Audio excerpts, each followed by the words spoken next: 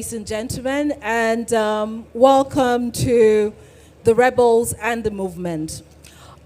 This talk is organized by Artex Lagos in conjunction with CO. CO is a gallery space founded by Kavita Chalarams, who is right here with us. My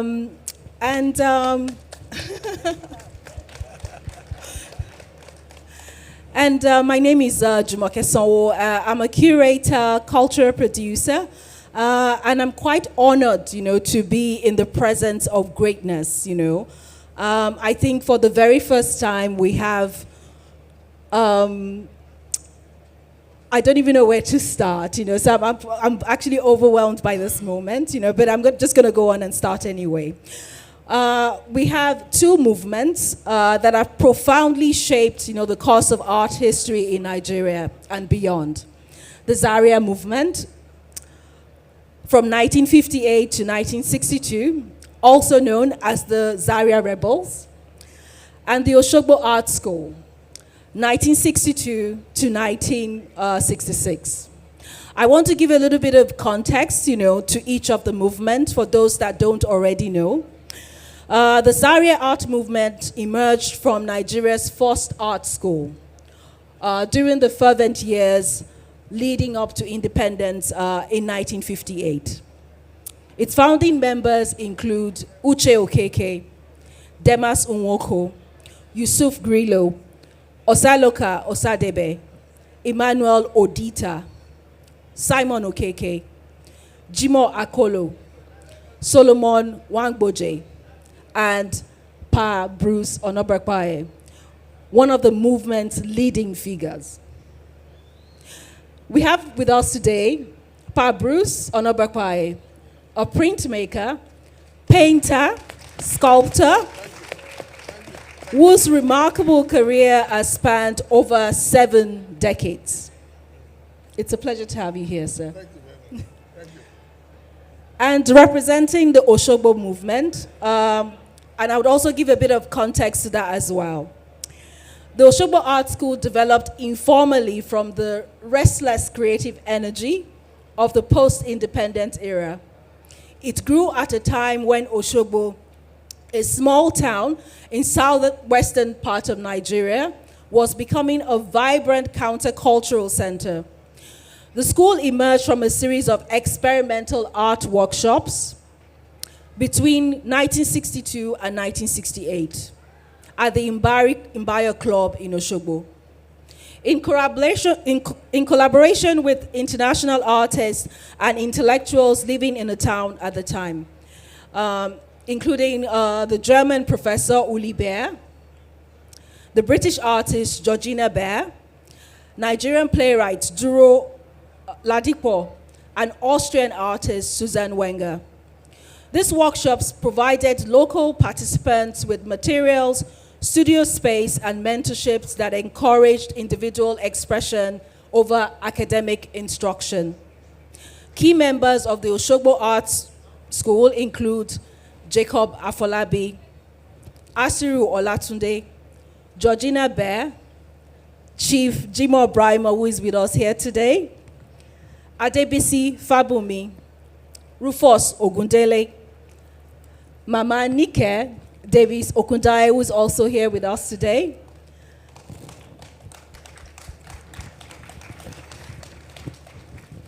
Muraina Oyelami, Twin 77, Susan Wenger.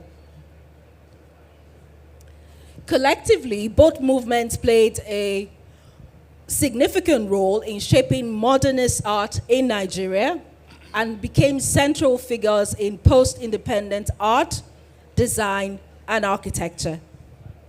I think we need to give them a round of applause.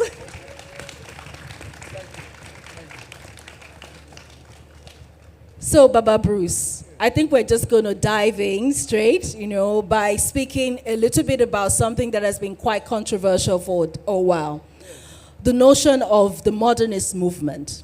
And I want your personal opinion on this. So the question goes, do you think that Europe truly can lay claim to have birthed modernism?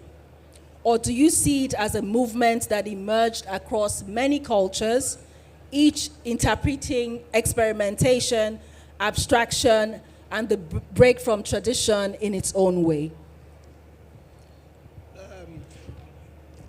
Thank you very much. This is a question that has been there for a very, very long time. My personal opinion and what I preach about the contemporary modern art is that the Nigerian art or the African art has been ahead of its time. Our art is ahead of its time. And what is common is that people have grown just to meet that art which has been ahead of its time. The contemporary African art emerged from the desire of the artist and the people to survive in the difficult colonial situation. The struggle to survive in the different colonial situation, taking what they could get from outside, but using our tradition as a strong base to moderate what they take, or to be something that is there for them all the time, but it's there for them to pick things from outside, reject, sometimes moderate, and so on and so forth. So I want to repeat that the modern art started around us, is ahead of its time, and different people, whether they are within Nigeria or outside Nigeria or in Europe, just picked what they wanted in order to catch up and claim to be leaders of the art that is making wave today. Thank you.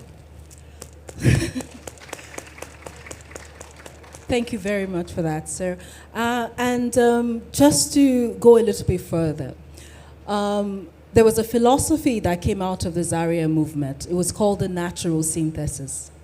Can you tell us a little bit about how you envisioned, this philosophy of the natural synthesis? What is natural synthesis? Simply, the natural synthesis is actually recourse to the roots.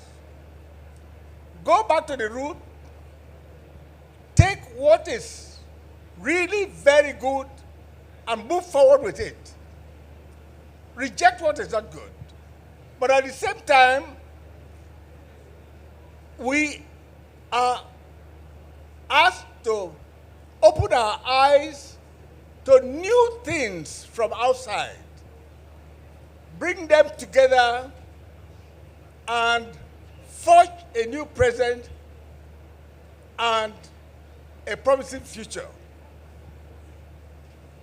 That is the synthesis theory. Recourse to the roots, take what is good in our culture, done in the past, add something to it that is very good from outside, and move forward to the future. This is actually saying that the past the present and the future are simultaneous and not sequential. In other words, what is going on in our art is something that had been there. There's improvement. We have to improve by taking what is good from the past, develop this, and move forward to the future. Synthesis, recourse to the roots, taking what is good from our tradition, joining what is good from outside, and moving forward into the future. Thank you. Thank you very much for this, sir. So, Chief, I want to come to you because I think you embodied, what Pa Bruce just described. You took what you would consider a familiar object, like the beads. It's both ceremonial, it's also worn, as adornment. And you incorporated, this material, into your artwork. So can you tell us how you arrived at this point, starting from the beginning? Thank you. My life started as a young boy, helping my mother when she was she was a mat weaver. And I always helped her when she was doing mat weaving. I can say that I got the encouragement from my mother through the artistical work she was doing. I joined Radical 1962 as a technician and stage worker. I did stage work and do lighting for the theater. I traveled with him to many places. Fortunately, in 1964, Olibaya organized a workshop. From this workshop, I took part. Fortunately, I was picked because 4 of us out of the whole theater. We can't have to give glory to Radical because most of us were working with Duro. That's why we have opportunity to be a member. Immediately we had the program, we had almost about 100 people or more who took part. But 4 of us just were selected. Myself, 277, Muraina Oyelami and Adebise Fabumi. We were told not to work, copy each other. The beauty of it is just whatever comes from your mind is what you have to do. But fortunately, most of my colleagues have got their ways. Fortunately, we had an opportunity at the palace because Olibaya with the king of the town were very friendly, and Georgina Susan Wenger. So there was a gallery in the palace. So anytime we finish in the theater in the morning, rehearsing, leave the theater by 12, go back to the theater, to the gallery at the palace by 1 o'clock to 5 o'clock. Usually, I always see the king with the crown every time I go there. I was fascinated. I said, I must do something about the beads. That's how I saw a friend of mine. I did a plaque. I gave it to Uli. Uli said, this is beautiful. Then the next thing he did, we called a carpenter to do a table for me, and I started tabletop. But I discovered that my own art is very heavy. 4 of us, when we want to have exhibition, they will have almost about 10, while I have only 2 tabletops. I later decided I must do something about how to get the bead. Because I don't want to do crown. Crown is something different completely. It's an art, it's a sacred art, because something I cannot just do it. So I decided to introduce bead into contemporary art. That's how I started bit by bit, try on canvas, try on leather, and later decided to put it on plywood, which now become successful. Since then, I've been trying to do it, and that's how I got my way through the palace issue.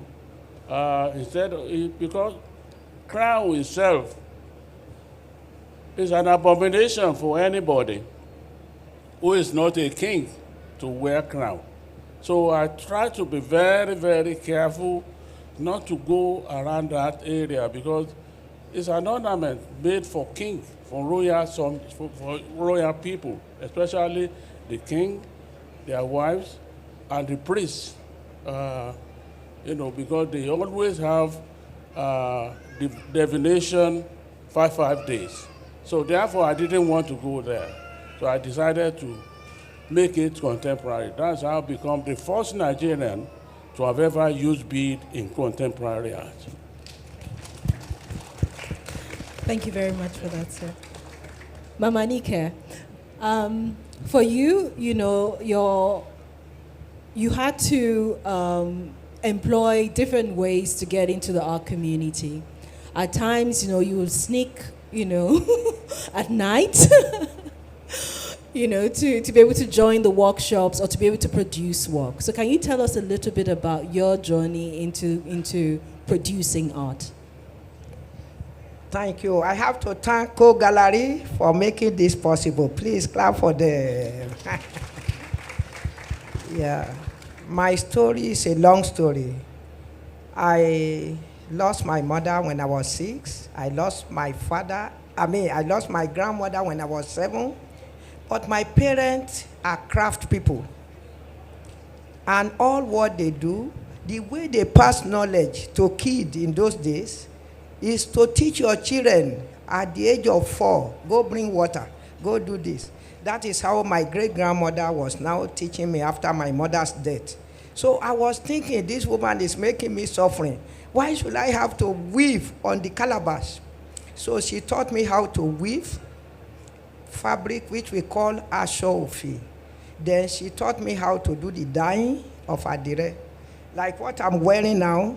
When you go home, I want everybody to just put their scarf and fold it like this and put either coffee or tea on top of it. You will make your tie and dye. My own. So I discover so many things by working with them. So when I finished primary 6, I have to go and do laborer job with an Indian lady who now taught me how to be clean, how to look after house, and also I was looking after 4 babies. And I learned a lot from her. So then, opportunity that come to my father have no money. But he's a trumpeter, and also he make crown for the king. He worked for the king all his life. So that is why my own art come from my own direct route. So when I get to Osogbo, my mother's sister married to somebody in Osogbo. And part of the people teaching in Ede, teaching Mama Susan in Ede, she's part of them.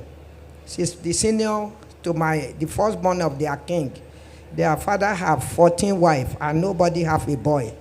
All of them have girls. So she moved to live in Ede. That is how I get to meet Mama. So when my father want to marry me off, I have to run away. Run to Osogbo, to my mother's sister. That is how I get to Osogbo movement. My first husband is 27-7. He's a brilliant artist. And he's very, very talented. But as an artist, he doesn't want somebody to do art. So I have to sneak to do my work in the night. So every time I have to work from 12 to 3. So any work I do in the night, I will hide it. I will not let people know. So later on, one day he has to see me working. Then he said, if you become an artist now, you are going to divorce me one day. Then I was thinking, oh, already we are 15 wives. I'm going to leave anyway. So talking about that, I thank the American government. They now sent 10 of us, Baba, myself, and my Oga here, to US to go and teach in the state of Maine. And no single woman. And the US Embassy, they said they have to put one woman. So actually the USIS recommend me to go, that there is a woman who used to do some work in Osogbo. That is how I was privileged. When I get there, I see life throughout. I say, how many wives did your husband have? I don't even think of my art anymore. I'm thinking, oh, if I can have one mind to myself, I will be so happy and glad. So that is how my art started. So getting to America, coming back, I see life. And I said, when I come back, I was teaching the other wife how to do adire. What we call adire is adi, are. We do it and we dye it. I just wear the simple one that anybody can do in their house. You just fold. You can put your tea or coffee. And when you just ordinary small scarf, you become artist. That is how I start to be artist with them in the Osogbo. Thank you. Thank you very much. Baba Bruce, I come back to you. Yes. So again, there's been a whole lot of conversation around artistic self-definition. African art, Western art, we're trying to kind of survive and sustain practice in between all of these definitions. In your own word, do you think that we can say that we've won the battle, in essence, in terms of producing authentic art? Or do you think that we're still kind of like in between? We have already won a very big battle. Yes, we won a very big battle by producing our own art, moving from tradition to modernity, and inspiring other artists from other countries, and even within our own country here, to revive the interest that the great interest that we had in the art in those days. We are there already. We have really grown, and we are there. We are moving forward, and I think the sky is the limit for us. We are moving forward. We're succeeding. We continue to grow. So I want to joggle your memory a little bit. You had this historical visit to Osogbo in 1964. You made this travel with Uli Bear. Can you recount or give us a little bit of just a little bit of story about what inspired this trip? Why did you travel to Osogbo? What was going on at the time, I think, in the country as well? I think it'll be very interesting to know that. And how, were you aware of the Osogbo movement at that time, or what was going on in general? That's already a very long story. But let me say this, that pre-independence, we should give a lot of thanks to the expatriates. They help create consciousness. They help budding artists. And Uli Bear and several other white people, the Wolfords, American, others, they all helped us to grow. While at Zaria, Ulibaya and Crowder and several other people visited us, they saw what we were doing and they were very much interested. And not only being interested, they commissioned us to do works. I was only in the 3rd year when I produced the work for Chinua Achebe, illustration for Chinua Achebe, and I was just at the 4th year when I produced work or illustrated the classical book by Cyprian Ekwensi. These were things that came out of the interest that expatriates had on the development of art in those early years. Uli, a lecturer in Ibadan, was a great teacher. He was also a lover of the art. And he helped organize artists, not only within the country here, but he brought artists from other parts of the world. South Africa, El Salahi came from Sudan. There was just this kind of mixture.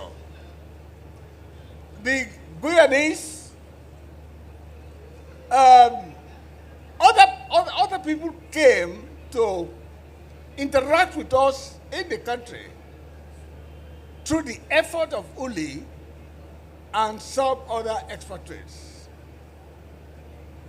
I mentioned Uli and these expatriates, but it must be remembered that there were also other Nigerians, the Nigerian Davies and so on, who were very, very much interested in developing young artists. Now, to come to your question, Uli helped in the creation of Umbari Club at Ibadan. The Bari Club, the Bari Writers and Artists Club, drew a lot of people together, people who are very, very famous today in our literature and so on, had to start the Mbari Club. But he left Ibadan and went to Osogbo and started this informal art education. Because he had been to Zaria, where we were students, he knew my interest in the art, in printmaking. He invited me in 1964 to attend a workshop that was arranged and directed by a Dutch professor, Varusen. And that was the great interest that stirred me up to begin to explore, begin to experiment. That was what really brought me to my present state of creation. So Uli, I would say, was not just a lecturer, he was a first-class art teacher. And the development of the informal education in Nigeria is credited to him. He did so much to bring informal education into the country. Not just teaching the artists, but inspiring them to create to create similar institutions. I would say that Uche Okeke started their cellar also with inspiration from Uli. I later started the Hamata workshop with inspiration from Uli. So, Osogbo informal education setup, directed by Uli Baya, has played a very significant and very, very important role in the development of contemporary art in Nigeria. Let me stop here. Thank you very much, sir. Thank you. So, Mama Nike, I want to come to your Nike Art Center as well. So, can you tell us how this came about? And was this also inspired in some way by the Osogbo Buraimoh art movement? Yes, thank you. Osogbo artist. Right now, the Co-Gallery is doing an exhibition on Osogbo to let people know that Osogbo artists, they are number one. That is so they are the people who normally create from their own direct background. So when I get to Osogbo, as I told you, there is a special shrine in Osogbo. When you go to that shrine, anything you want, you just tell the shrine and you will get it. I went to Osogbo, I told Osogbo, the Oshun, the Osogbo special spirit actually helped me to become what I am today, the Oshun Osogbo. We have to give credit to Daddy because Baba Uli told me, he said Professor Dr. Bruce was already a printmaker before he come to Nigeria. And before they started the Osogbo. But the teacher of all this Osogbo is a woman. Abi Baba? Yeah, it's a woman. So we have special spirit in the Osogbo. The Oshun is our goddess, but the teacher, Susan Wenja, is the sacred forest, sacred art. While Georgina is the teacher of all the Osogbo artists. And I'm permitted to say this, Baba Uli said, even if he died, I should let them know that Osogbo artists are created by a woman, Georgina Baya, which is our real artist. And also somebody like me, I thank them. I thank Baba. My Oga is here. I have to thank them because without these Osogbo artists, I will be nothing today. With their footprint that I follow. And today I have 4 centers in Nigeria. The biggest one is in Osogbo. Every 3 months, I have 180 students. And I thank the U.S. Embassy for supporting us with the workshop, for giving them money for material and feeding, because some of these artists, they couldn't have become an artist without the support of the U.S. Embassy. Thank you, U.S. Embassy. Then the one in Abuja, we have at least between 80 to 100 every 3 months. So Abuja Gallery, and I always make a center, and I make a place for them to sell their work. So we have more young artists now because Nigeria belongs to the youth. And training the trainers. When I train you, you must train other people. And that is what Georgina and Uli leave behind. So I thank them for leaving that behind. And please, everybody, try to go to Co-Gallery to see the Osogbo artists. It's one of the best shows we will ever have. Even when they are live, this show is #1. And it's created by Kabita Cheleram and Joseph. Please try to see the show before it ended. It's one of the best catalog, the best show ever. And they created a place that you can see the story of all the Osogbo artists there. Thank you. Thank you very much, Mama Nike.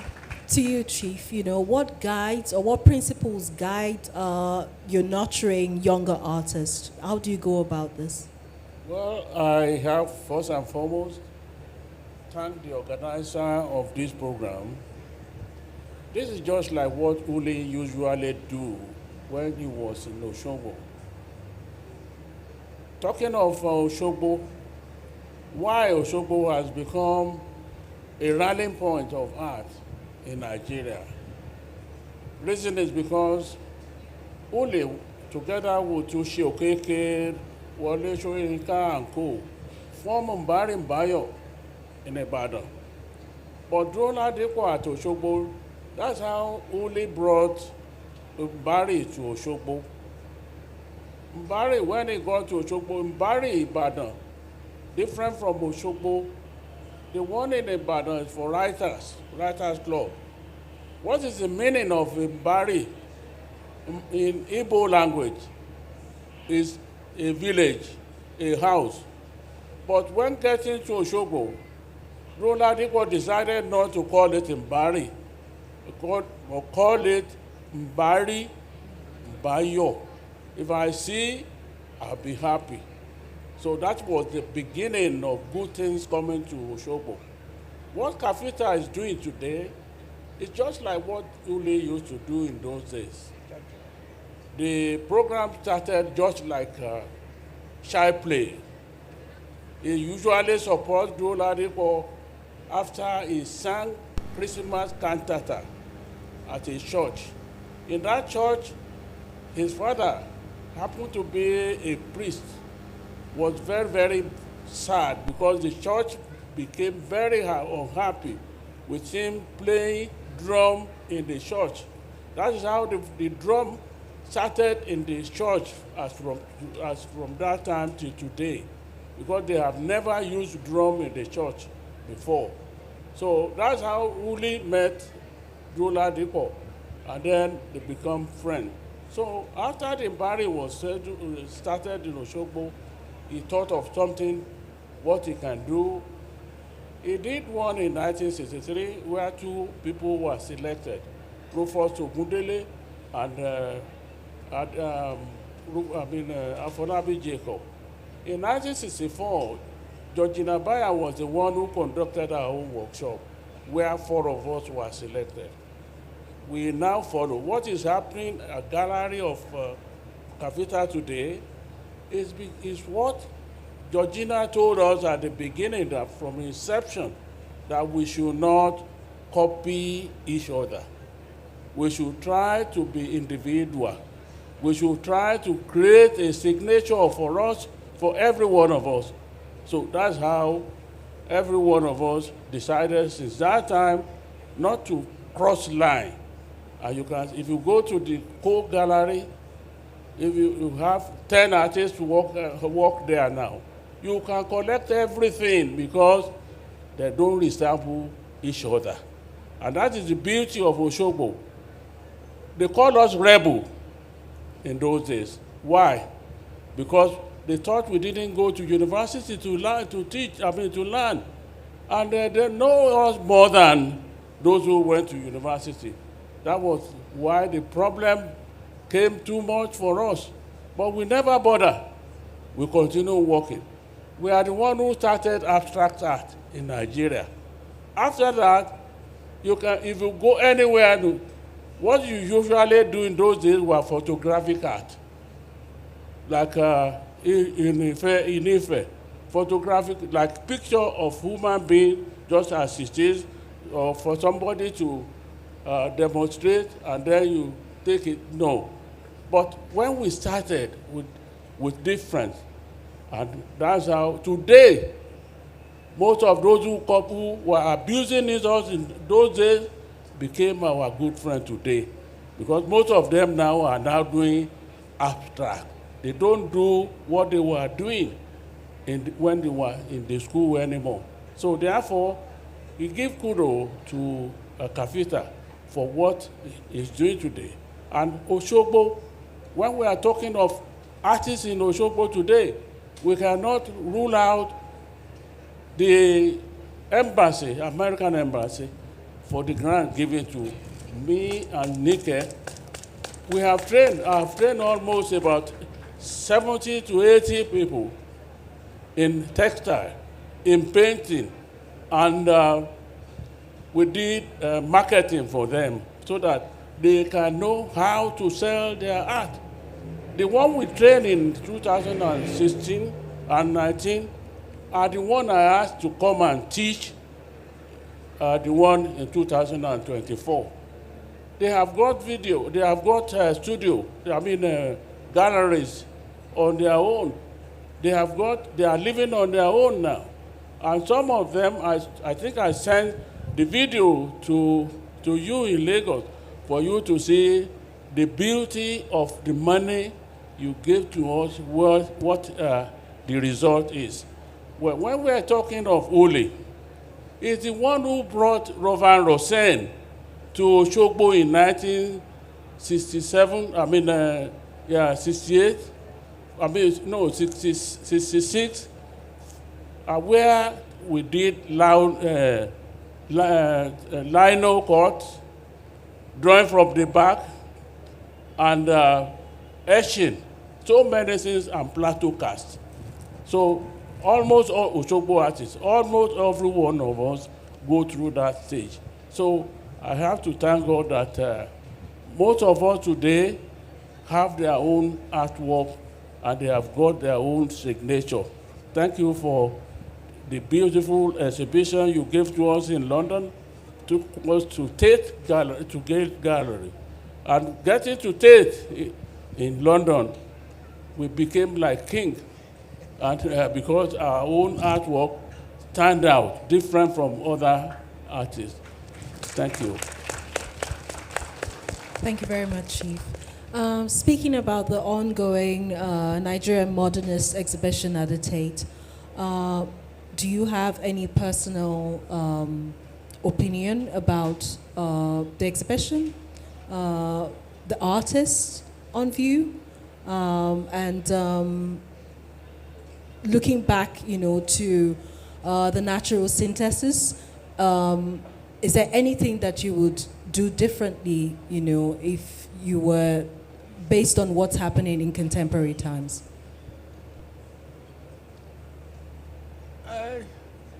I think the natural synthesis theory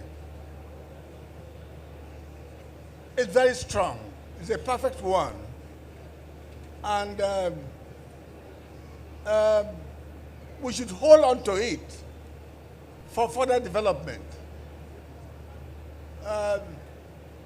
It's a very,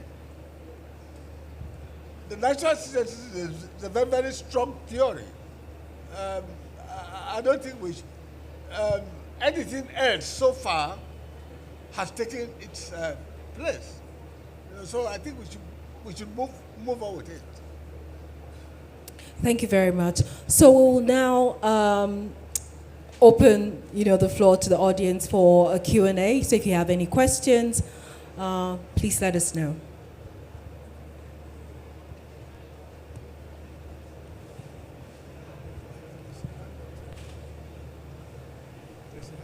There's a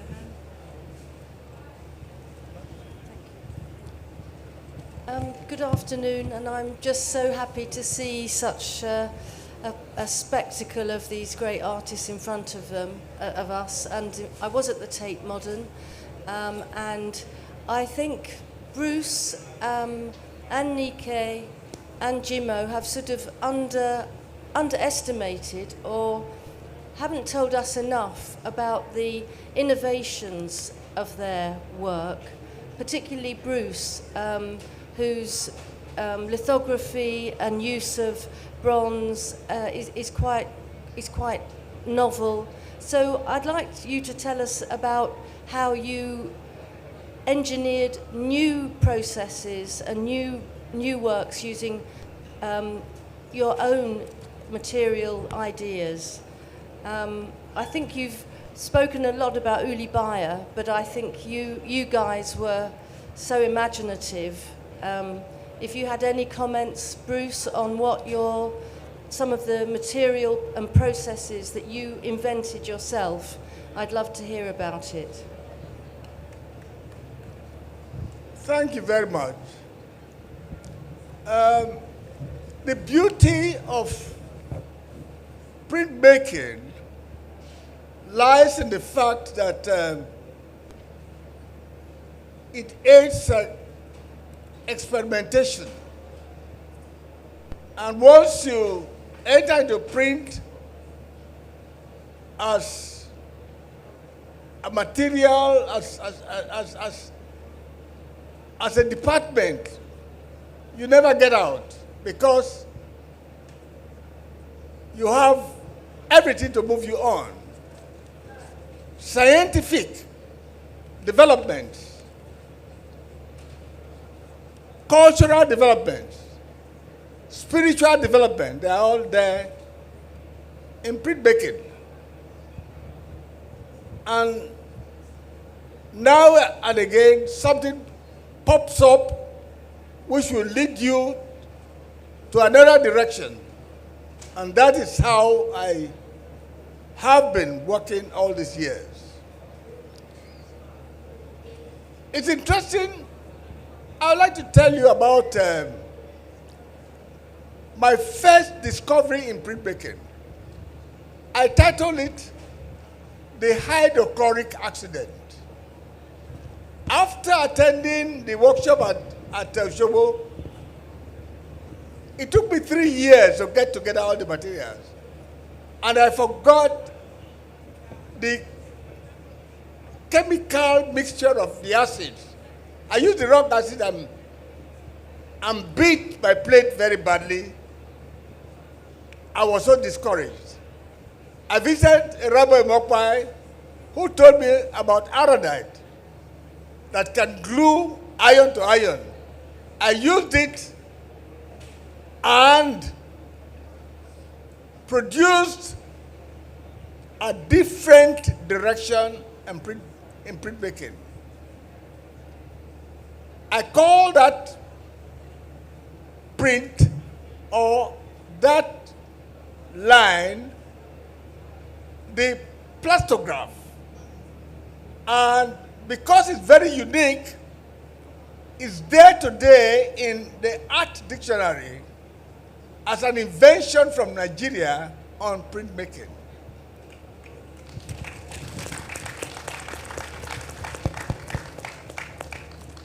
So that is printmaking. That is the beauty, experimentation, which leads from one creation to the other, and it continues. I'm still experimenting, and I'm still discovering new things. And I encourage artists, young artists, to go into printmaking, because printmaking itself is a very democratic medium. You create a plate, and with that plate you create so many pictures. Rather than make one picture for one rich man or one rich woman, you make several pictures that will go round. So I enjoy creating works that will travel around. The world has so many million people. Just creating one painting or just one sculpture for one person or the other is not enough. But if you can go into printmaking, then you can touch every corner of the world. And if it's money you want, the prints can give you as much as any painting or any sculpture can give you. Now, in the Hamilton workshop at Agbaroto, printmaking is primary. It's paramount. It's one of the departments that is always flooded. Many people come from everywhere. Now we are able to get people from West Africa and Central Africa. it has been impossible to get these people together before. But the printmaking we practice in Agbaroto and other artworks draw these people together. That's in Africa. But we have people from other parts of the world, America, India, Britain, France, Canada, and so on and so forth. So that is the power of print, and that is the power of the art. It's not possible for me to answer your question in full, but that is just something about my practice and the venture into printmaking as an art form which has come from me and which is being practiced today. Thank you.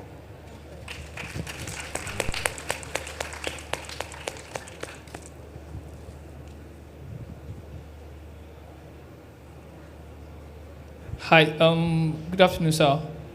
So, please, I think my question I don't want to address my question to the three panelists. So, and it goes like this, like looking at the Zaria Rebel movements, the Osogbo movements, and how their impact in the art history in Nigeria, and looking at also the current tribal issue, the ethnic issue currently in Nigeria, how did they try to manage themselves during that period? Had they issue of tribal concern in the movement as an artist?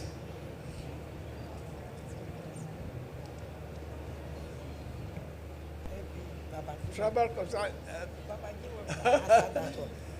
No, I don't. There's no tribal concern.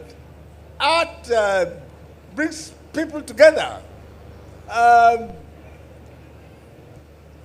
If you get to Agbaroto today, or during the Hamata workshop, you'll find people from all over the country. People from the north, people from the east, people from the west. They are there, and they play together as Yes, please. they play together, they work together, they learn together, and they forget that they are from different parts. I mean, so there is no issue of tribalism there, no issue at all. There's the art brings everyone together. So let me just stop there. You want to say something about the tribalism issue? Maybe my boss. Okay. Well, talking about ABU, I think I am part and parcel of ABU as well. Even though I started after him, I went after him after he must have left. Why I went to ABU is because they call us rebel, and I want to let them know that we have got our own brain before going to ABU. I was invited. I was at Amadu Bello. No, excuse me. Before going to ABU, I was part and parcel of IFE, African Studies, in 1968. I was employed at African Studies, and this African Studies is the one who are going to pave way for the lecturers in Ibadan, because University of Ibadan was formed in University of Ife was formed in Ibadan, not in Ife, but they want to bring them to Ife, and they have to organize sort of social program in such a way that will lead to their coming to Ife, because they are afraid of Ife because of the seats of Yoruba people due to the sacrifice they always do daily basis. So the lecturers feel scared of coming to Ife. So that's how I got to Ife. And we have almost about 8 professors working. One of them is Professor Wangboje. Wangboje was an artist who was in charge of art, and Akpabot in charge of music, choreography from University of Ibadan, and Franz Speed cinematography. So I joined them. I do lighting for the theater. At the same time, we want to create Orio Lokun artist movement too. What we did in Osogbo, they want us to repeat it in Ife, and we did it. So Professor Wangboje got appointment in 1972, and he went to Ahmadu Bello, became the director of Fine Art Department. Due to my relationship with him in Ife, he invited me to join him, and that's how I left Ife in 1972 to join him and started as artist in residence at Ahmadu Bello University, and at the same time study sculpture. Reason is because I've been doing painting. When I got to ABU, they were doing mosaic, but they used paper to represent tiles. Then I told them how to do. I did demonstration of mosaic mural, and they gave me a wall, big wall like this, and I did it with some students, and that's how I got to ABU. I spent almost about, that's why I got, I became one of the people who was member of from Ife to that place, and I got not the degree, but what is it called? Diploma in fine art. So that's how my relationship with Ahmadu Bello went in 1960. But from there, it was there that the American embassy called me to come and go to Isaac Martin Craft School in 1974. That's how I left ABU and come back again to join them for the final program. So I am part and parcel of ABU. Whether I get a degree or diploma, I've tasted the 4 walls of the university. So that's my story about ABU. But, Thank you very much. in Osogbo, I can't leave Osogbo because they have given me, somebody gave me a house here in Lagos. I said I prefer my countryside because there are a lot of programs going on there culturally. So therefore, Osogbo has a base of culture already because of Osun Festival. Yearly festival of art of Osun always draw thousands, millions of people to Osogbo in those days. Or even up to today, millions of people used to come to Osogbo for the festival. So I thank Kafita and I thank the embassy because without them, the UNESCO will not come to Osogbo. And they asked me, they informed us to create a place. And we created a place known as Artist Osogbo Artist Village. But God burnt just of recent. So that is the beauty of Osogbo for you. Thank you. Thank you very much. I want to mention something about the Tate Museum. First of all, the credit will still go to Kavita because the Tate Museum, they have been exhibiting artists, but this is the first time they will actually include Osogbo, Osogbo artists. And without the effort, because Osogbo artists is going down, that is why Kavita now said, let me lift it up, let me see what we can do. And this year, 3 years ago, she took me to the freeze. And we see how everybody was asking about Osogbo. So, but today, when we went to the Tate Museum, we were very, very proud of the British people who make it possible, but also without the effort of Kavita, we will not be there. Because I was so happy, and we are treated like king and queen, to see my work as a woman. I know we have 59 artists there. How many women? I think we are not up to 10. To see my work there, I said, this is the greatest achievement in my life. When I get home, I called my coach and we were dancing around. That my work has been exhibited at the Tattoo. This is one of the biggest museums in UK. And we thank the Access Bank as well. 2,000 people attended the opening. This is one of the greatest attendance I think the Tate will ever have. And this is the year of Nigeria, because the whole month is dedicated to Nigeria. Being said so, my work that is at the Tate is more embroidery and adire, which is batik. My father used to do jakon. Jakon is embroidery on dresses for men, and doing that one, any leftover thread, I use it to do my own work, and I created something out of it. You are talking about what we use. My own, I use natural dye. You take something from the earth and put it back into the earth without any chemical. This adire, now we thank the youth for putting it on the runway, for promoting it, for putting it in a film to show the people our own textile. Nobody can promote us like ourselves. And Nigeria has thrown their own cloth away. They follow Hollandis. So many years, the people who have been wearing adire, I thank you today for bringing adire back into the country.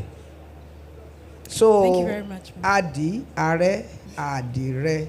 We have Orimipe, Yiyo Lonyo, Koforun, Asewo to Lomeka, Yotomilawa, Ibadan Dun, Ibadi Aran, Chegi. So all these adire, Oluokun, that design is created in Lagos. Orimipe is created in Osogbo. That is 5 different designs. Ibadan Dun is 28 design, different design. We use it to communicate in those days. And the closest thing to your skin is your cloth. And that is why the power of textile. Eniyan laso mi. And that is why we continue to do it until Kabisa hear our voice and carry our voice to UK. Thank you, Tate, and thank you to our co-gallery. Please try to visit that exhibition. It's very important. You can see all our spirit. How I dream. Whatever I dream is what I put. I will quickly put charcoal. I will draw my cloth, put charcoal to draw my sketch on the fabric. And then the second day I will be doing the work. Thank you very much, Mama Nike. Thank you. I think we'll take the final question now. Sandra, is it?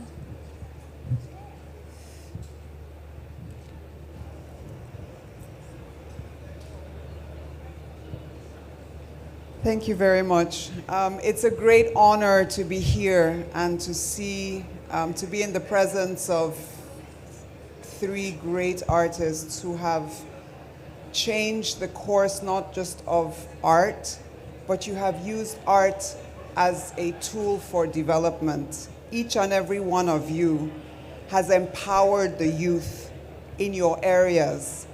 Auntie Nike, you revived weaving in Ogidi Ijumo. You changed the social fabric of many homes in Ogidi through the use of art. Papa Bruce, your Hamatan workshop inspired a lot of mid-career artists who had lost hope. Chief Buraimoh, you have done so much in terms of teaching new techniques. So I would like to ask each of you, what is your advice to us about how to use art for development, to change the course of our country. So much has happened, but you are at the cutting edge. What is your advice? Maybe 1 or 2 words about how we can use art to change our society, to change the world. Thank you. Thank you very much, Sandra. I want to say that you are also at the forefront of organizing the artists in Nigeria. Thank you very much. There are many things to be done to make art more relevant in the country. What we're talking about, Osogbo and Zaria, the Rebels, and so on and so on, it's all about education, initiation of people into the arts. We want more education. We want more education. But after the education and the works are created, we want the end product to reach the people, to bring wealth to the country. And that can only be done if we have galleries and museums. Not only that, we can produce better work if the government and people who have money can continue to sponsor both the professional artists and the artists just coming up, sponsor them. Now, this is an important statement.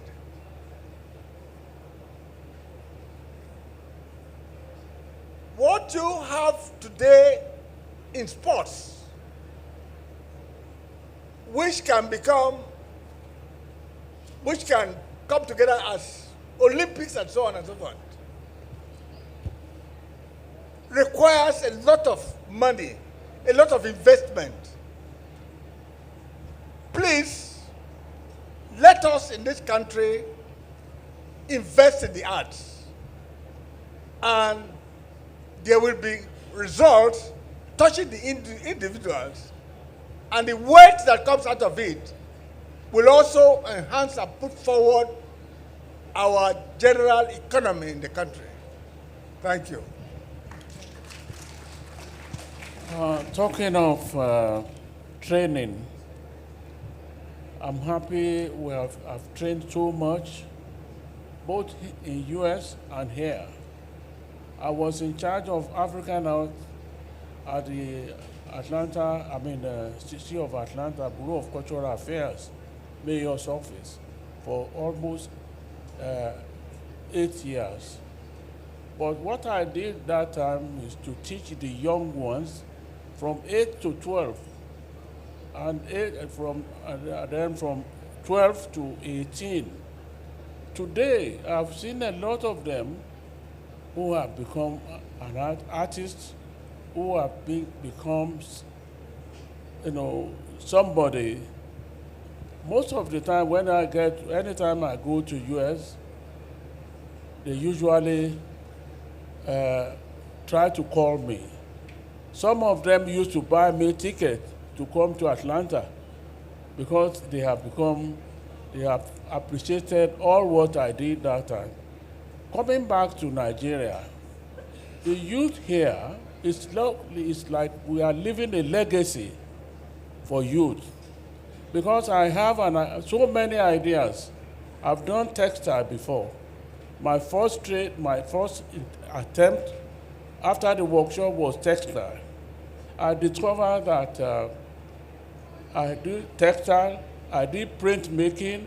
I started bead painting. I now allow my wife, to do textile. While I had printmaking, I bought a machine. But when Bruce came to Osogbo, and I discovered he's the one doing printmaking more better than me, I sold my machine to him so that I will concentrate myself on one. I don't want to become jack of all trade. So coming back to youth, we used to tell them, when we started, we never believed we are going to make money from it, and we don't look after money. And that's one of the reasons why we have to tell the youth to be very careful. Otherwise, they may not be successful. But most of them, according to what we told them, or what they told us, is to concentrate ourselves on whatever we want to do. So the concentration of youth in Nigeria is more important. Whatever you want to do is better you do it well. And what is happening to here today, like what is happening, bringing art to our door, all these artists, this program, they have done it in US. A lot of artists took part. The same thing they did here, where took part, and which brought us to Lagos. So therefore, I want to appeal to youth to take it easy, to be very, very serious about their own, whatever they do, they have to be very, very serious about it. Most of the people in Osogbo, sometimes they are riding Okada.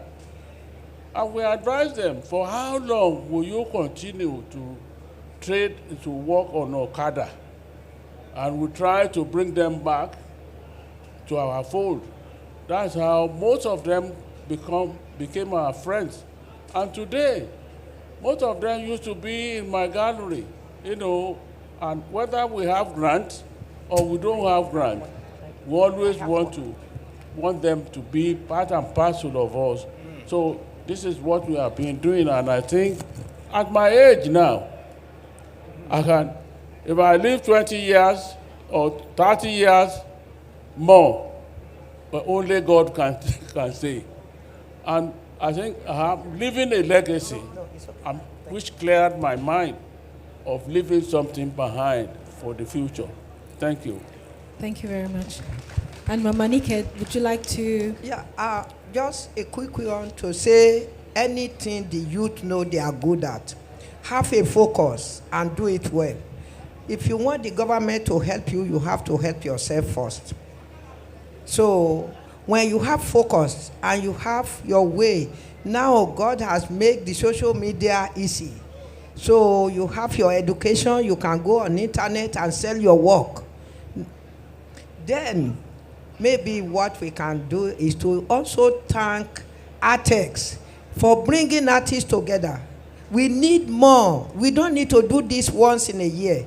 They have to do it in Abuja, the capital, and do it in every state. If the banks can provide soft loan, so the artists will be able to see that this work can bring money tomorrow. All the people who are here, they are art lovers, and they come from different countries. Just to see Nigeria, I bet when they are coming, they will say, don't go to Nigeria. But when they see the special spirit of Nigeria, that is the art. We need more youth like Tokini to bring more artists to different states in Nigeria, not to do it once in a year, in every state in Nigeria. Thank you. Thank you very much. And I would also like to call on Joseph, to speak a little bit about the ongoing Osogbo exhibition. My question. Oh, you like to, okay, just go ahead. Hi, good evening all. My name is Baraji. Thank you so much for giving me your microphone. Thank you all for giving us your time. I had one question for three of you. So obviously, growing up in Nigeria, they're not really supportive of the arts and creative field in general. So I'm in my 20s, and I was good at arts when I was younger, but my parents encouraged me to study architecture, which is great. So when I describe myself, I say I'm an architect and other things as well.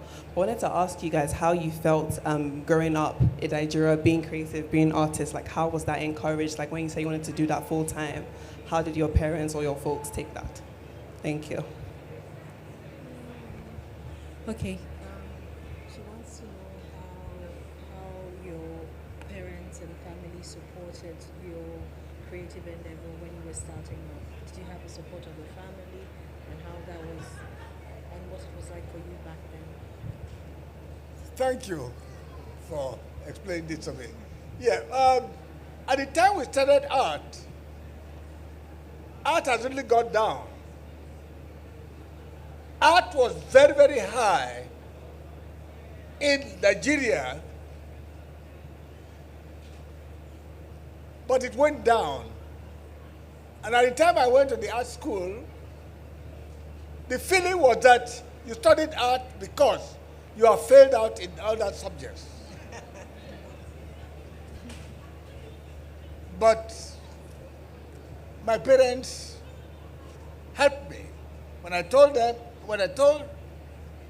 I wanted to study art, they said, okay, go ahead. And they helped. But my struggle was in the college itself and outside the college. Because the artists, people who were in the arts, were looked down upon. And so we worked very, very hard to bring art to its former glory. And what is happening today is the result of that struggle. Clap for us. Thank you. Thank you. Is that okay? That's a good one. Yes. So, Joseph? Thank you all for sharing your stories today. This has been amazing. And hello, everyone.